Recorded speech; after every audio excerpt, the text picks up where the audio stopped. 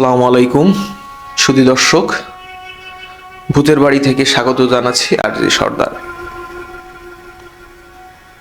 আজকেও থাকছে বরাবরের মতো আপনাদের সাথে। অনেক বেশি বলবো কি না জানি না, তবে যেটা বলবো অনেক লোমহর্ষক হবে, তাই স্থির হয়ে বসুন আর শুনুন। ঘটনায় যাওয়ার আগে বলবো, যারা যারা তাদের নিজেদের পরিবারের, নিজের অথবা বন্ধুর ঘটনা আমাদের সাথে শেয়ার করতে চান, তারা আমাদেরকে মেইল করতে পারেন অথবা আমাদেরকে ইনবক্সে মেসেজ করতে পারেন। আপনার ঘটনাকে আমরা মূল্যবানভাবে দেখে মানে অবশ্যই আমরা আপনাদেরকে ফোকাস করব এবং সেটা আপলোড করার চেষ্টা করব। আজকে যে ঘটনাটি বলবো সেটি সাতক্ষীরা জেলার শ্যামনগরের একটি ঘটনা। এতটা ভয়ঙ্কর ছিল, এতটা উইয়ার্ড ছিল, যেটা বর্ণনা করতে যে এটা বলবো যে একটা মানুষ রাত 1:30 বাজে শ্মশানের পাশ দিয়ে যখন যায় আর সেখানে লাশের যে গন্ধ, সে গন্ধে তাকে বিভোর করে দেয়।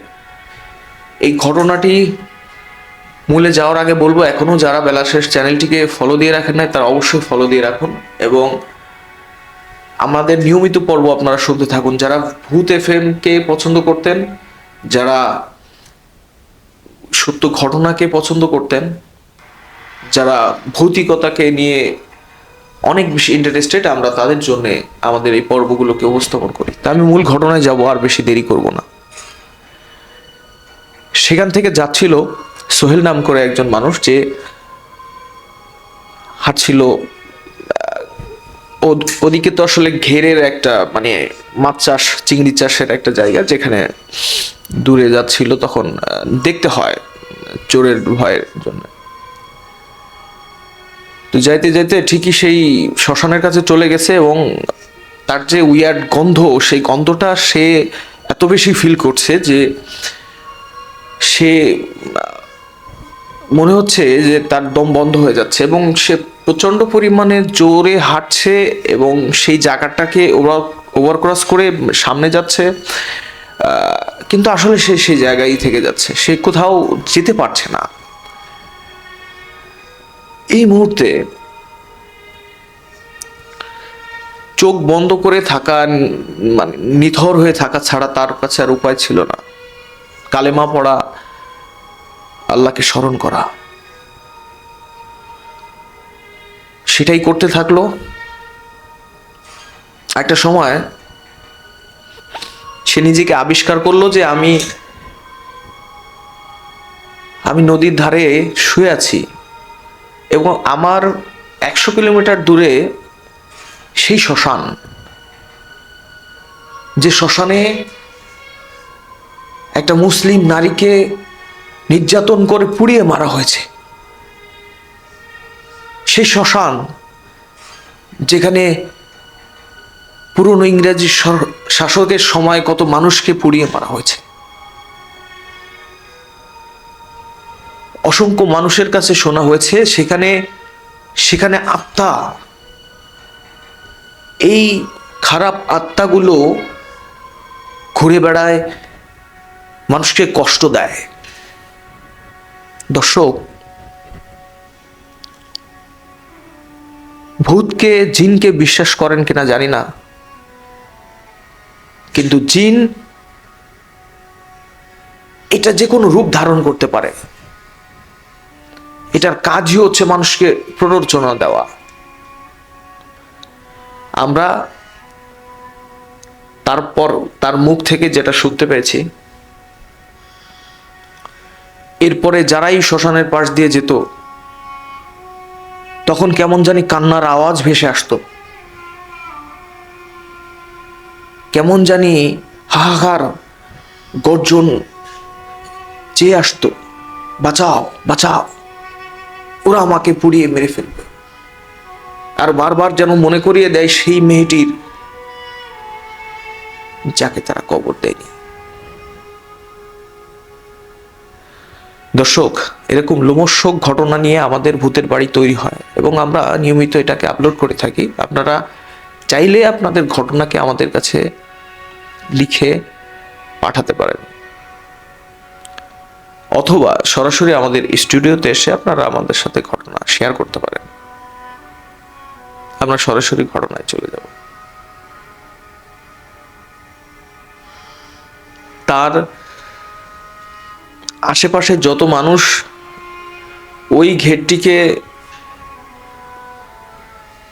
করার জন্য হারি না হয় সেটা নিয়েছে, এবং ওই সাইড দিয়ে একটা মাছও তারা নিতে পারতো না। মানে ওখানকার ভাষায় ওটাকে চারও বলা হয় মাছের। সেটা যতবারই তারা দিত সেখান থেকে মাছ আর পেত না।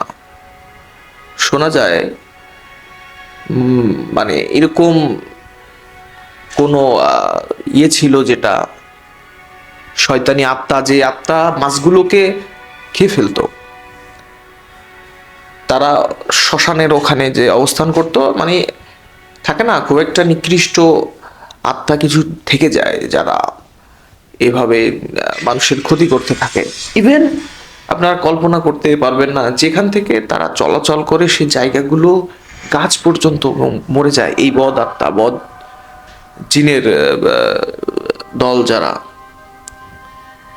এটাই বাস্তবতা, আর এটা মেনে নিয়ে আমাদের জীবন। এরকম উইয়ার্ড ঘটনা নিয়ে আপনারা আমাদের সাথে জয়েন করুন, এবং আমাদের বেলাশিস চ্যানেলটিকে যারা এখনো ফলো দেন নাই অবশ্যই ফলো দিয়ে আমাদের পাশে থাকুন। প্রতিদিন ওখান দিয়ে একটা মুসলিম মেয়ে যেত, সেই মেয়েটির ঘটনায় মুখ্য উদ্দেশ্য ছিল আমার বলার।